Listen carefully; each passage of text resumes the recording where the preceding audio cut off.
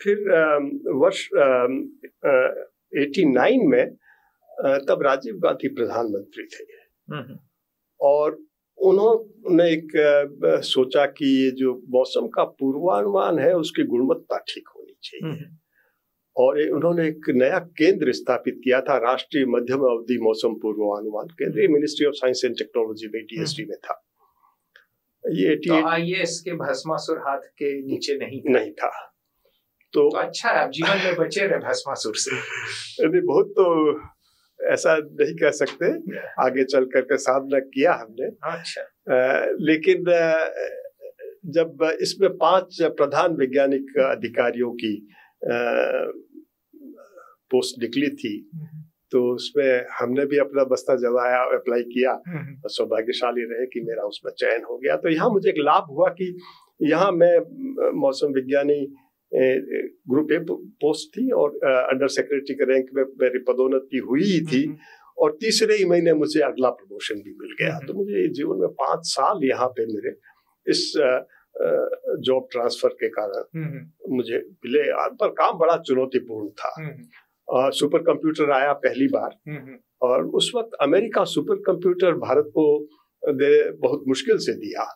राजीव ने, Ronald Reagan प्रधानमंत्री थे, उनसे व्यक्तिगत राष्ट्रपति थे, सॉरी, ये प्रधानमंत्री थे, वो राष्ट्रपति थे।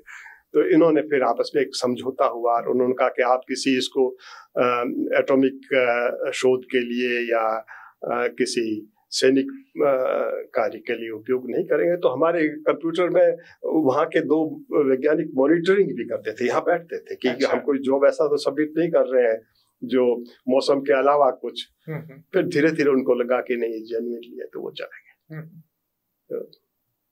तो वहाँ कितने दिन थे आप? वहाँ फिर मैं वहाँ 3 खंड थे।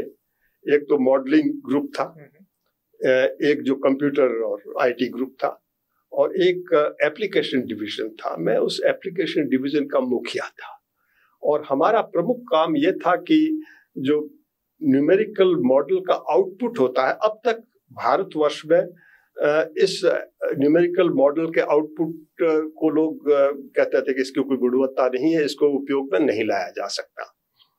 वर्ष 1991 में पहली बार हमारे ग्रुप ने ये एक विधा विकसित की कि उसको और परिष्कृत करके और उसको उपयोग में लाने जैसी गुणवत्ता, सटीकता हमने उसमें लाई। और फिर कृषि विश्वविद्यालय और भारतीय कृषि अनुसंधान परिषद और IITs, इन स्थानों पर हमने कृषि मौसम यूनिट्स की स्थापना की पूरे देश में। और पहले हम जलवायु परोक्ष पूर्वानुमान देते थे, फिर वहां से हम जिला स्तर पे आए, आप आज फिर ब्लॉक स्तर पे आए। तो ये एक बड़ी लंबी मैं कहूँगा कि यात्रा थी जिसमें कि मौसम पूर्वानुमान की गुणवत्ता में तो उत्तरोत्तर सुधार होता ही गया और उसका कारण था कि अच्छे मॉडल, अच्छी कंप्यूटिंग पावर, क्योंकि सुपर कंप्यूटर हमारे पास भी था। आज भी भारत विश्व की 4थी बड़ी मौसम विज्ञान के लिए कंप्यूटिंग पावर है। हमारे पास में करीब 22.8 पेटाफ्लॉप की कंप्यूटिंग पावर है, बहुत बड़ी कंप्यूटिंग पावर है। और इसका श्रेय राजीव गांधी को जाता है।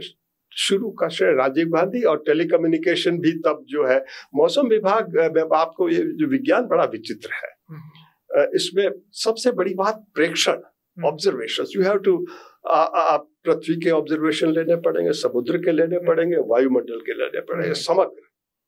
और उसके बाद में आप जो प्रारंभिक अवस्था है मौसम की, वायुमंडल की, उसको डिफाइन करते हैं। तो इसमें वैश्विक सहयोग बहुत होता है और जो प्रेक्षण की व्यवस्था है उसमें सैटेलाइट्स भी है, रडार भी है, साउंडर्स भी है, सरफेस के भी है। और ये मतलब इतने ज्यादा आंकड़े आप पैदा करते हैं कि उनको हैंडल करने के लिए आपको सांख्यिकी की आवश्यकता, डाटा माइनिंग, डाटा हैंडलिंग, तो ये भी अलग विज्ञान है। बिल्कुल। और फिर मॉडलिंग करना, मॉडलिंग के बाद में मॉडल आउटपुट का पोस्ट प्रोसेसिंग करना, तो वहाँ अलग किस्म के विज्ञान की जरूरत है। तो मैं कहूँगा कि एक समग्र दृष्टिकोण, वैज्ञानिक दृष्टिकोण जो भी मौसम विज्ञान विभाग में काम करता है, उसे हर एक चीज की जानकारी होनी चाहिए, जिसमें कि भूमंडल की हो, वायुमंडल की हो, समुद्र मंडल की हो, प्रेक्षण से लेकर के और उनके विश्लेषण की सारी बातें हैं। बड़ा व्यापक विषय है ये।